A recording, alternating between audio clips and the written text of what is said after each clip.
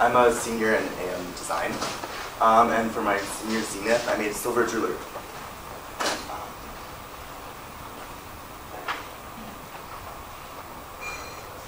There we go. So I was inspired by the surrealist art movements of like the 1920s. It's like flat paintings by Salvador Dali, and then 3D work by other jewelers like Sergio Bustamante and Alfredo. Those were kind of like the inspirations that I wanted to. Materials, I took a lot of stuff, lots of like fine tools, lots of silver like actual clay. And then this was the process. I sketched out a lot of like the jewelry that I already have, and that like what I think would be kind of cool with my inspiration. So I have a couple of different designs, and then I went in and kind of went through with Miss P about like what would work and what wouldn't. Especially with like the method that I was doing, which was silver clay. So when you make jewelry, there's like different ways to kind of make the final thing. And we realized that like using silver clay was like the easiest way to do that. And so in the first video, you like model it out, and then you fire it, and then you polish it. And these are my like final pieces, some of them.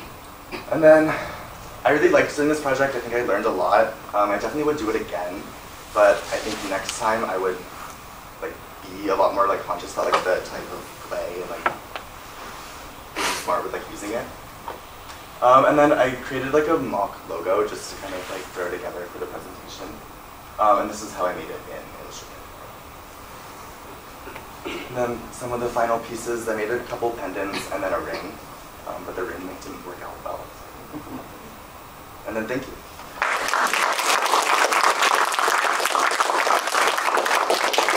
Any questions? Yes. I would like you to explain the process of working with silver clay. Oh, okay. So what silver clay is like silver particles suspended in a binder, and then you can work with that clay and like roll it out, kind of make whatever shape. And then from that you let it dry, so like there's no air or no water, and then you fire it with a like cooking torch. And so it gets like what I think 1,000 degrees, and then you have like a solid piece of metal, and then you can polish that and then make it shiny. What would you say was like the most like rewarding part of like? I think like having like something that's like actually tangible. Like going from like, oh, this was like a bunch of clay that I was like rolling around my fingers, and now it's like actually. What was the most tedious part of the process? I think like trying to find the balance between how like when I was working with the clay, finding the balance between how wet and how dry.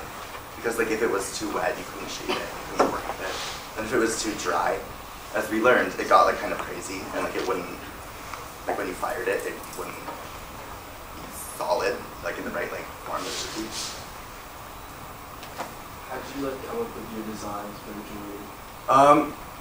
Well, so there were a couple of those slides that were like in the beginning, but I looked at other like jewelry artists and then other like surreal artists, and I kind of like pieced together the like shapes that I liked, and I wanted to include lots of like faces because I thought that was kind of fun.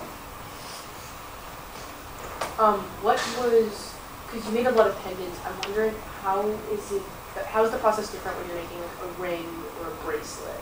It's a lot different. So pendants easy because it's like whatever shape you want. I did like a lot of them like triangles, couple circles, and then you just like put a hole in it and then a loop. Like that's easy.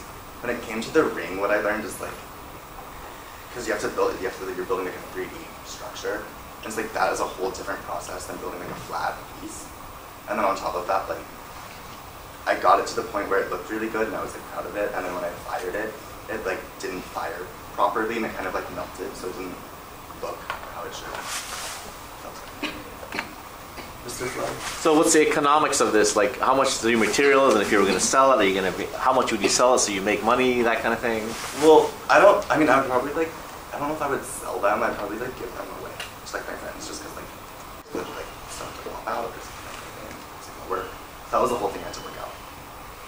Did you end up putting a stone on the ring? I did not. I tried doing it a couple times just with like polymer clay, and it did not work. I did not want to risk that stuff. What is your takeaway with it? I'm never using a power tool again. That was the worst experience I ever had. So to polish it, I had to use like a Dremel, which is like a really like, fast spinning thing. And I was doing it on the pieces, and they kept like shooting out at me, and so it was like metal flying across the room. And I don't want to use that again.